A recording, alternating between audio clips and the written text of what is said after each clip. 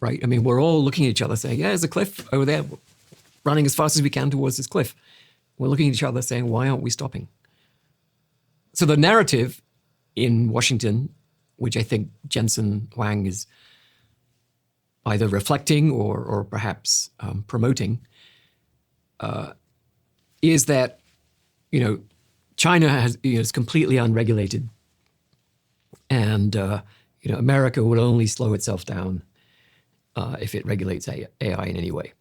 So this is a completely false narrative, because China's AI regulations are actually quite strict, even compared to the European Union. And China's government has explicitly acknowledged the need, and their regulations are very clear. You can't build AI systems that could escape human control. And not only that, I don't think they view the race in the same way as, okay, we just need to be the first to create AGI. I think they're more interested in figuring out how to disseminate AI as a set of tools within their economy to make their economy more productive and so on. So that's their version of the race. But of course, they still want to build the weapons for adversaries, right? So that they can take down, I don't know, Taiwan if they want to. So weapons are a separate matter, and I'm happy to talk about weapons. But just in terms of control, economic domination, they don't view putting all your eggs in the AGI basket as the right strategy. So they want to use AI, even in its present form, to make their economy much more efficient and productive, and also, to give people new capabilities and better quality of life. And I think the US could do that as well. And typically, Western countries don't have as much of central government control over what companies do. And some companies are investing in AI to make their operations more efficient. And some are not. And we'll see how that plays out. What do you think of Trump's approach to AI?